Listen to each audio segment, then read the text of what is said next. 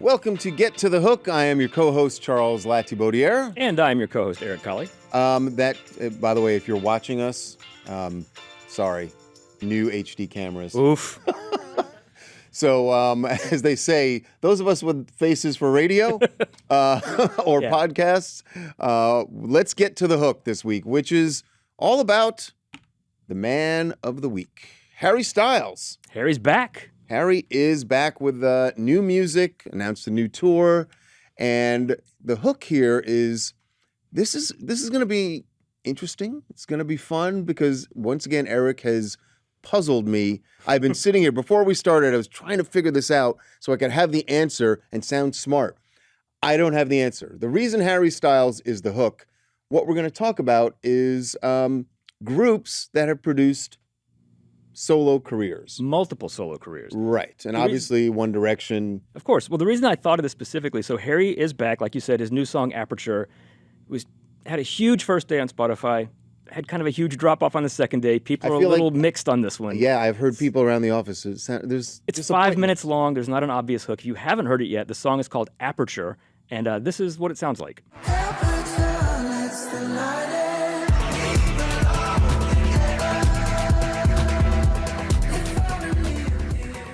More of a grower than a shower, I think. I think a grower than a shower. After, when As It Was came out, the first single from his last album. As has been said about Harry Styles often. Yeah. As It Was an immediately very catchy, hooky, earworm kind of song. There was no surprise that was a huge pop hit. Aperture, it kind of sounds like that for 5 minutes. It builds and it's slower and it's more, I know we hate the word vibe, but it is a vibe for 5 minutes. Yes. Which, whether you like the song or not, I do applaud him using his status to do something different. He could do whatever he wanted. Apparently, this new album was inspired by him going to an LCD sound system show. So it's going to be very spacey and atmospheric, I think. But what made me think about doing this, the same day Harry released Aperture, his old One Direction bandmate, Louis Tomlinson, released his new album called How Did I Get Here? And also during that same week, former One Direction bandmate Zayn Malik premiered a new song called Die For Me during his Vegas residency. Ooh, okay. So 3 One Directioners released new music or teased new music in the same week. And there were 5 members. All 5 of them had top 40 hits. Had top 40 hits. That is 5, and 2 of them hit number 1. Which I would guess would be the tops. No, it is. We're doing a sort of countdown. I love a countdown. We both do. Yes, indeed. Not an exact countdown, but we're going to go through these groups by the number of careers they produced. One Direction is 3rd.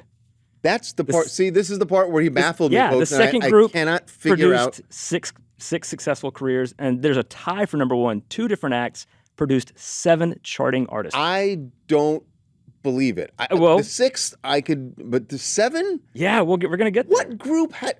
Okay, so let's start. All right. The bare minimum, the groups that produced one really big solo career. I mean, some of the biggest artists of all time. Diana Ross from the Supremes, Sting from the Police, Lionel Richie from the Commodores, Gwen Stefani, no doubt. I tried to think of some more modern ones, and other than some of the groups we're going to get to later, Hayley Williams from Paramore, I think it's because there just aren't a lot of groups anymore. That's true. Especially like bands. But so there's tons of one.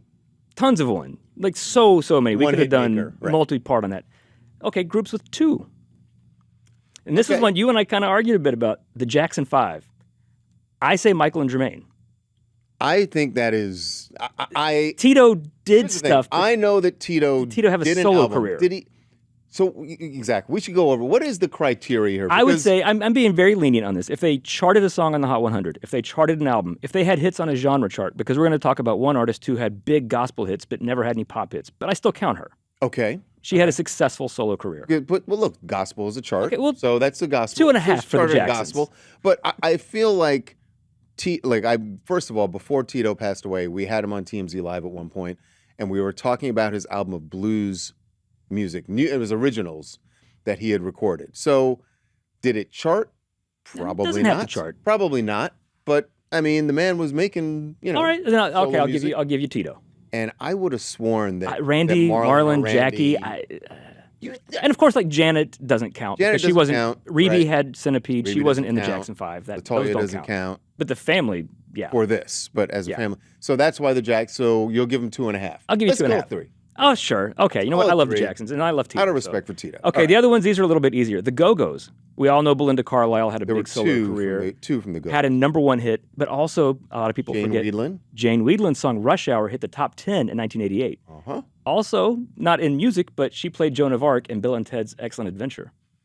So she had an acting career, had a top 10 single. So they're at 2. That's 2. All right. New Kids on the Block. Okay. They broke up for a little while, then got back together. But in between, in 1999, Jordan definitely had it. Jordan Knight and Joey McIntyre both had top 10 hits that year. Mm-hmm. Joey had a song called "Stay the Same." Jordan Knight had the song "Give It to You." Top 10 songs.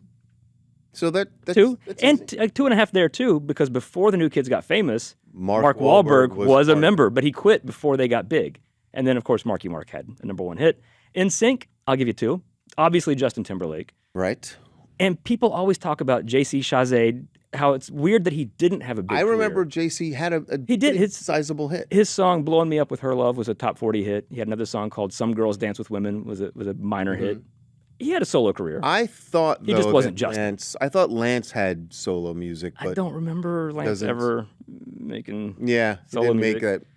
He's a Look, celebrity. Look, Lance But- and Joey both went into more like hosting and doing TV stuff, right? So I mean, they're still very famous. yes, exactly. We're not But you don't think saying of their that they music weren't- careers. Yeah. that they weren't successful in some other way. We're just saying that as far as charting, they got 2. Yeah, they got 2. Black Eyed Peas, obviously Fergie had a huge solo career, and will.i.am had hits, not just produced for other people. And our old pals, Fifth Harmony, who we talk about a lot on the show for some reason, brought him up a lot lately. Camila Cabello's the Justin Timberlake of Fifth Harmony. But Normani, the singer, had a couple of top 10 hits. Really? She featured with other people and stuff and had some top 40s. Normani had a respectable solo career, so I will give them 2. All right. That's impressive. For a group, to produce 1 solo star is a big thing. 2, Now, when what you about get 3? now you get to 3. Now I'm saying, all right. Now We're getting into some this good is stuff. now it's contagious. That's if you can get 3 out of your group. That means you are a talented group. And you'll see that. Unless, of course, you had 15 people in your group, then it's not as impressive. Yeah. But Let's start with one of the biggest R&B groups of all time, The Temptations. Produced Mm-hmm. Eddie Kendricks, David Ruffin, and Dennis Edwards. All had incredible solo careers. The Yardbirds, legendary 60s band. just ridiculous. Not just 3 members who had solo success. Hall of Fame. 3 of maybe the 3 guitar gods of all time outside of That you they got Stevie Ray Vaughan and Jimi Hendrix. And Sure. then the members of the Yardbirds, Eric Clapton, Jimmy Page from Led Zeppelin, and Jeff Beck. How does one group have those 3? And I think they were at different times. I think Yes, they Jimmy were. Page replaced Jeff Beck or vice versa. Yeah. But still, I think it's Jimmy Page first, then Jeff Beck, then then Clapton. Clapton. Yeah. But how do you stumble into 3 of the That's- greatest guitarists of all time in one band? There's credentials right there. The Who. Bass player John Entwistle had a solo career. Had the a song. hell He did outta here. release some albums. No, Had a song that- Yes, he did. Don't give me He that. did. Entwistle did not. I gave have you it. Tito. You're getting John Entwistle. But the other 2, this is a shocking thing. Roger Daltrey, the lead singer, had a couple top 40 hits. by That the makes way, sense, right? There's a Roger Daltrey song that, for whatever reason, like once a month pops in my head, which Really? is After the Fire. Uh-huh. I don't know why, and I'll just start. And I only know like 3 lines of it, and I'll just start singing. After the fire still burns. That's but grows random. older, but never ever learns. The memories smolder. The soul always yearns. After the fire still burns. Got it. Good. Brain is still sharp. I feel like I just gave you a cognitive test. Um, But the funny, so the other member, I mean, Roger Daltrey makes sense because he was the front man for The Who. sure. Pete Townsend, guitar player, Everybody knows Pete Townsend has. of course. But what's interesting is that Pete Townsend did something that The Who themselves only did once: score a top 10 single. This blows my mind. The Who only had 1 top 10 hit, and you would never guess what it is. Baba O'Reilly never released as a single. Not My Generation. Squeezebox?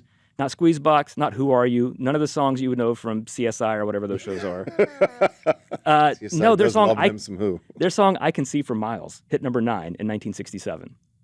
Most people don't even know that song. I That was know. their 1 top It's 10. a 1967 kind of sound. But yeah. Pete Townsend matched that, and with his solo career, got a number 9 hit in 1980. I love this song. That's why I'm playing it. Honestly, just because I love it. This is Pete Townsend. Let My Love Open the Door. Let my love open the door. Let my love open the door. Let my love open the door to your heart. Yeah. Such a catchy song. Yes, very bouncy. Definitely not the Who type sound from Pete Townsend. But technically, for The Who as a band and all of the members in their solo careers, technically tied as the biggest hit any of them ever produced. What was Townsend's other? He had a song called Face to Face, I think. Face to Face. Oh, Face to Face also, yeah. He had a couple there. That's from some more recent ones, Migos, who were a trio, and all three of them, Quavo, Offset, and the late Takeoff, all three of them had solo success. And the most successful female K-pop group, Blackpink, Jennie, Lisa, and Rosé, who we talked about last week with her song APT with Bruno Mars. All three have had some solo success.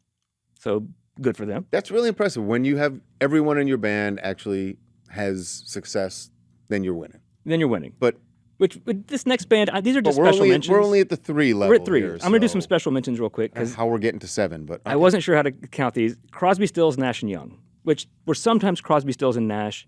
Sometimes Neil Young was part of it. Obviously, David Crosby, Stephen Stills, Graham Nash all had hits. Neil Young, of course, most famous as a solo artist. Right. But they were also kind of a supergroup because all of them had come from other groups. The Byrds, the Buffalo Springfield, the Hollies. Mm-hmm. So I'm going to mention them. And they did have their solo hits after and during with other bands. But they had solo hits. All of them had top 40 solo hits. CSNNY? I mean, obviously Neil Young did. Yeah, Graham Nash had a song called Chicago. Stephen Stills did Love the One You're With. And David Crosby had Immigration Man and a song called Hero with Phil Collins in the 90s. So all of them together and apart. We'll give them 4 for 4. And also, I didn't even know what to do with this one. Parliament. Oh, boy. Parliament, one of the pioneering, most just amazing funk bands of the 70s. Now, how many Mastermind George Clinton. How many members at their largest? 15, 20, I don't know. You got George Clinton, whose song Atomic Dog was the blueprint for a good chunk of 90s hip-hop. Mm-hmm. Bass player Bootsy Collins, his song Bootzilla, amazing career. Fred Wesley and the JBs, the horn section. The backup singers, the Brides of Funkenstein, had a solo career. Then there was Funkadelic, the spin-off group of Parliament, and Parliament had started as a group called Parlay. By the end of it, George Clinton would call it on the albums, quote, a Parla Funkadelicament thing. Because it just all blended together. So sure. It's all in the family. Right? I don't even know how to count that one, but got to mention them. Because it spun off a lot of careers. Again, the problem with that one is percentage-wise, they're not doing all that great. Because there were so many members. So many people and varying degrees of success there. But all right, let's go to groups with 4 members. All right. Let's hit the 4. NWA. I'm Dr. Dre, obviously. Mm-hmm. Ice Cube, legend, Eazy-E, and MC Ren actually charted some songs. Yeah, you don't say. Not as big as the others, but I'm casting a wide net here. MC Ren did have a solo career and did have some success. Okay, just he wasn't Ice Cube or Dr. Dre or Eazy-E. Let's get into one that's an obvious one, but some people might at this point think of this as like a Supreme situation where this group once launched one large, huge star and nobody else. Destiny's Child. Obviously Beyonce. Yes. And I think Beyonce's success over the years has kind of swallowed the success of the others. Michelle Williams. Michelle's certainly had. She's the one I was saying had a gospel career that's been very successful. LaToya Luckett. People forget about LaToya. She was one of the original 4, 2 of whom got fired, and then I think another one got replaced, and that's when Michelle came in, all the drama with Destiny's Child. But LaToya Luckett, her self-titled album in 2006, or her album LaToya, debuted at number 1. And her song "Torn" made the top 40. Successful solo career. Okay. And kind of like J.C. Chazé with Justin Timberlake, but even bigger, Kelly Rowland. I'm going to put some respect on her name. Put some respect on Kelly's name, please. What time has kind of washed away now is that when Destiny's Child had that first hiatus, Kelly came out of the gate way stronger. Beyonce kind of stumbled. Kelly had her song Dilemma with Nelly. You know, the Nelly I Love You song? People never know it's called Dilemma. Number 1 hit, huge smash. And then fall of 2002, her debut album comes out, and the lead single from it, I love this song. It was a top 40 hit. It wasn't a huge hit. And I think this is where she got derailed commercially. But it was a brave, gutsy song to make about school shootings. Just a couple of years after Columbine. It's about kids in school, and it details the story of the shooter, the victims, and talks about how all these kids had their lives stolen from them. The song's called Stole. This is Kelly Rowland. She could have been a movie star, never got the chance to go that far.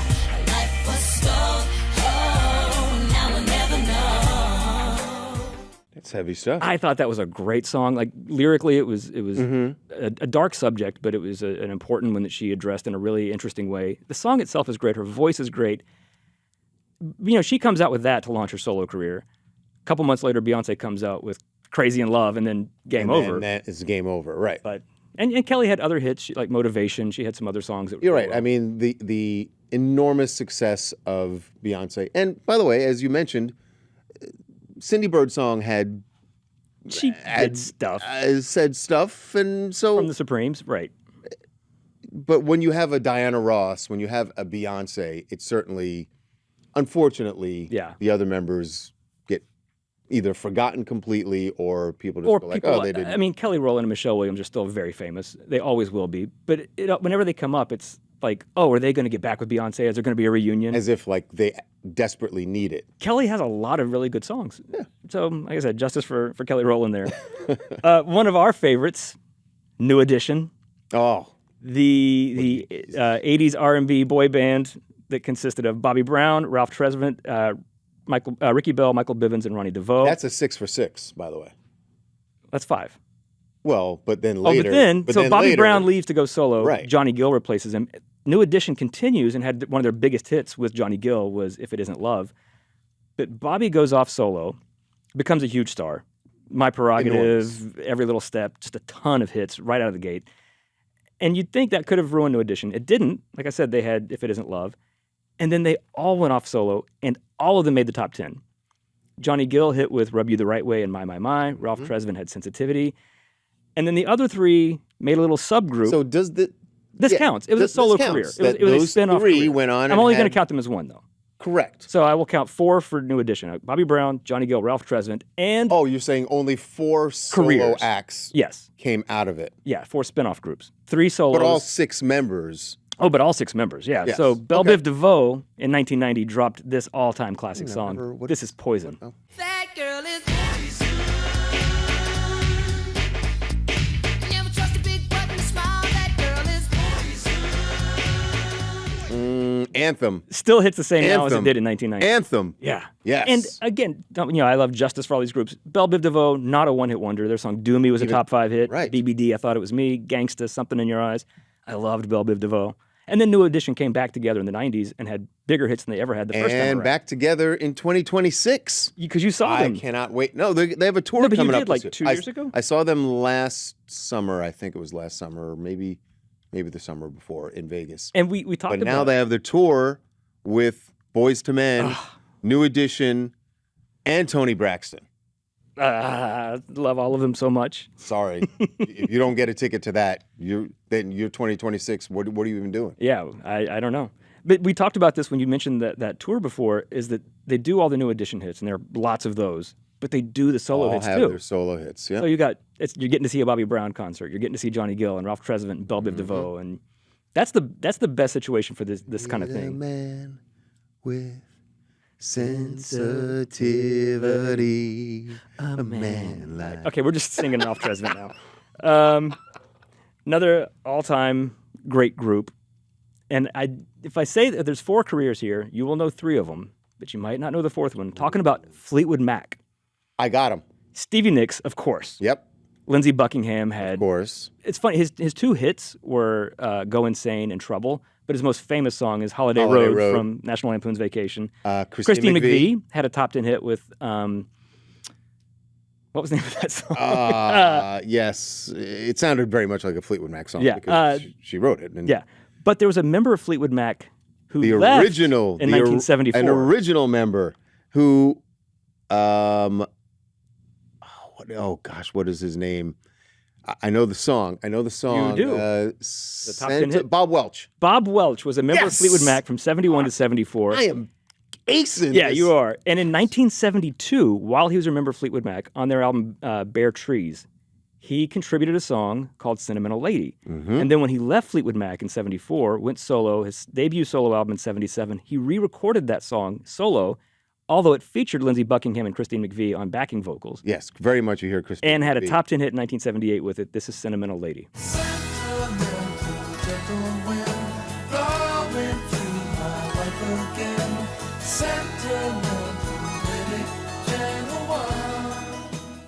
Got a Hold on Me. That was the Christine McVie song. Yes. When I stopped thinking about it, it popped in my head. So 4 members of Fleetwood Mac all had top 10 hits. That's pretty impressive. That's a good one. That's a good one. And you're right. Most people would not get that. They'd get 3. They might even only get 2. Yeah, and also we talk about the Asterisk. Peter Green, who was one of the early Fleetwood Mac members, the pre-Rumors lineup, pre-Fleetwood Mac lineup, the self-titled album, had a solo career. Didn't have hits, but Yeah. all those guys were very talented, bluesy, jazzy guys. Mm-hmm. This one is. There was a point when not only did this group launch 4 successful solo careers, there was a point in 1986 when all 4 of them were in the top 40 at the same time. In a year that the group also had their only number 1 hit. 1986 belonged to Genesis and all of its offshoots.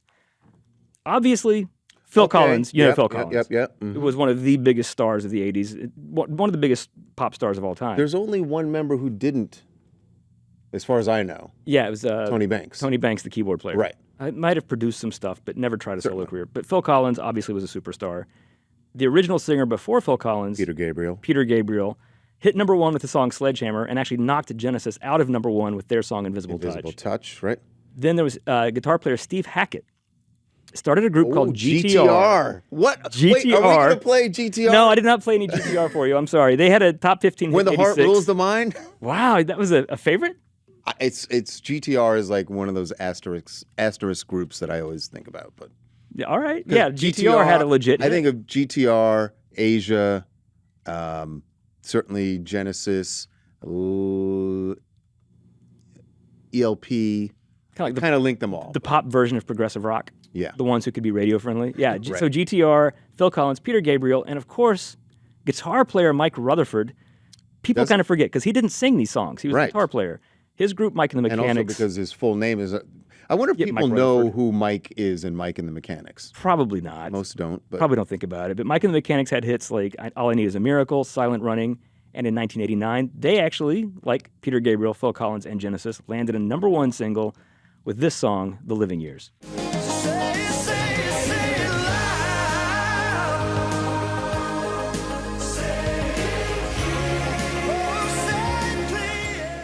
It's one of those songs that the older you get, the more it hits you. Oh, yes. So I remember as a kid, I'm like, oh, this is such boring grown-up music. And now I'm like, oh, man, that song hits deep. Yeah. There's things about it that just, the longer you live, the more it's going to resonate with you. It's true. Yeah. And this last one amongst our 4, and there's an asterisk on this one too that kind of bumps them to 5. I am talking about probably the group that launched the biggest successful solo careers, the Beatles. Okay. Obviously, all 4 of the Beatles, John, Paul, George, and Ringo. Oh, I know the 5. All of them had number 1 hits.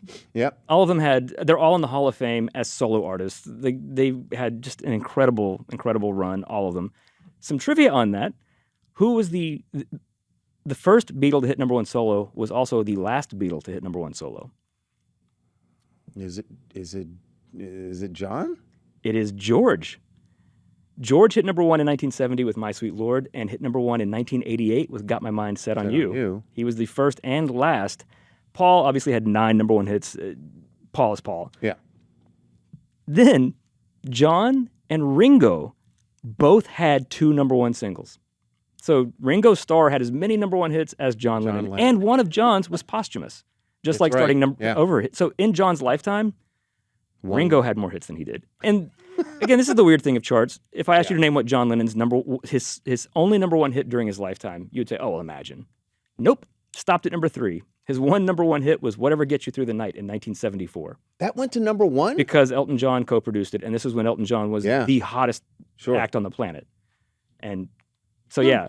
But right. Ringo, people always want to crap on Ringo. Ringo had a lot of hits. He had a good 5-6 year run. 2 number 1 hits, You're 16, and in 1973, he topped the charts with this song, Photograph.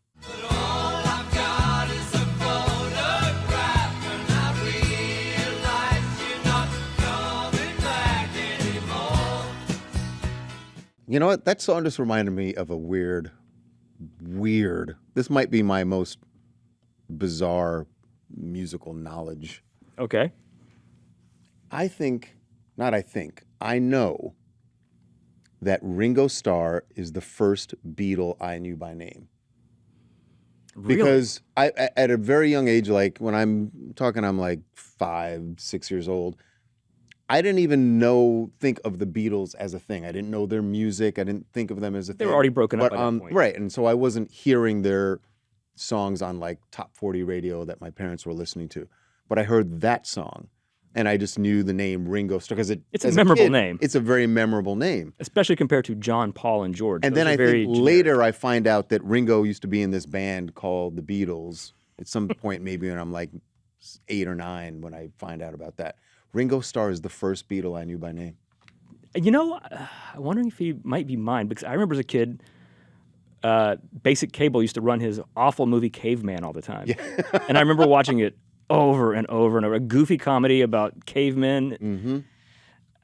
Yeah, maybe Ringo was my intro. Yeah. I don't know. I can't remember. Ringo Starr. See, give the man some respect. That's why I played Ringo there. Exactly. Ringo and Kelly Rowland, man. Oh, and the asterisk, the fifth, I want to put an asterisk on. There's always been, over the decades, who was the fifth Beatle? A lot of people say it was George Martin, their producer, or Brian Epstein, their manager. And of course, you also got like Pete Best and the guys who were members of the Beatles before Ringo joined. That doesn't count. The actual would have been fifth Beatle. I mean, here's the thing. Nothing from nothing leaves nothing. Exactly. Billy Preston, keyboard player Billy Preston, who got a featured credit on a Beatles song in an era when artists you didn't put feature credits. Right. But the song Get Back, a huge #1 hit for the Beatles, on the label, it's the Beatles featuring Billy Preston. And they loved the sound he brought to that group, his keyboards, his soulful, funky sound. They asked him to join the group. He said no. I didn't realize they actually asked that there was an apparently, invitation. I think it was John invited him to join the group. Right. And he said no. One, because this was 1969. Billy could see the Beatles were imploding. Right. He's like, this is not going to last. And he didn't want to he didn't want to get the blame for it. No, he didn't want to be the Yoko. Right. But he had a solo career that he had 2 #1 hits himself. Will It Go Round in Circles and Nothing from Nothing. Also had songs like With You I'm Born Again and Out of Space. Billy Preston had a great solo career. Oh, yeah. So even if he had been the Beatle, then all 5 members would have had multiple #1 singles. And that would be hard to mix it up. That is hard to... We're not going to see that again. So got to give the Beatles the credit there. All right. All right. 5 members. This is where One Direction comes in. Here we go. All right. Obviously Harry Styles. Zayn. Yep. Who actually was the first member of One Direction to get a #1 hit when his song Pillow Talk debuted at #1 in 2016. Mm-hmm. Niall Horan had 2 top 20 hits, This Town and Slow Hands. The late Liam Payne hit #10 with Strip That Down with Quavo. And Louis Tomlinson got to #40 with a song called Back to You. So all 5 members had top 40 hits. 3 of them made the top 10, and Niall Slow Hands peaked at #11, so real close. And 2 of them went to #1. That's impressive. That's very impressive, for sure. I mean, Harry's kind of the last man standing now commercially. And I would imagine that is going to be the last time, although I don't know what you have at 6 and 7, that's going to be the last time that happens. What? One, like we said, we don't have that many groups anymore, and to have 5 members actually chart afterward. Except for one of the groups coming up is actually newer than One Direction. All right, in second place here, 6 solo careers. The Eagles. Oh, Don Henley, obviously Don Henley, Boys of Summer, of course. The End of the Innocents, Glenn Frey, The Heat Is On, You Belong to the City, Smuggler's Blues. Joe Walsh, guitar player, had one of my favorite solo Eagles songs. This is the one that Derek guessed, right? He guessed the Eagles. No, he didn't. Joe Walsh had Life's Been Good. Randy Meisner, who as a member of the Eagles sang their song Take It to the Limit. He had 3 top 30 hits, including the song Hearts on Fire. Timothy B. Schmidt, who sang I Can't Tell You Why for the Eagles, had a top 40 hit in 87 with Boys Night Out. And Don Felder, number 43, 1981, with a song called Heavy Metal Taking a Ride. 6 members of that group. It's impressive. And you could also include their new singer who's replacing or singing, and Glenn Frey's not there, obviously, but it's Vince Gill. Vince Gill. Country legend. Uh-huh. So, yeah. So that's an asterisk 7? All right. Number 1, two acts produced 7 successful solo careers. Oh, God. I cannot think of even one of them. I mean, I didn't think of the Eagles. Well, like I said, Derek, one of our lawyers, I didn't get the Eagles. Who's also a big trivia nerd, he immediately got one of these. Oh, God. And you're gonna kick yourself. The same way you got upset when you didn't think of Eagles. Can you give me a hint of how many members are in the group? Honestly, no, I can't tell you. Okay. There's more than 7. So it's more than 7. In one of them, the one that Derek got, yes. The group hit in the 90s is... Oh, wait, I got... All right. I'm not sure I could name all the members. I'm just going to guess Wu-Tang Clan. Wu-Tang Clan. All right, yes. They gave us Method Man, RZA, GZA, Old Dirty Bastard, Raekwon, Inspector Deck, and Ghostface Killer. All right.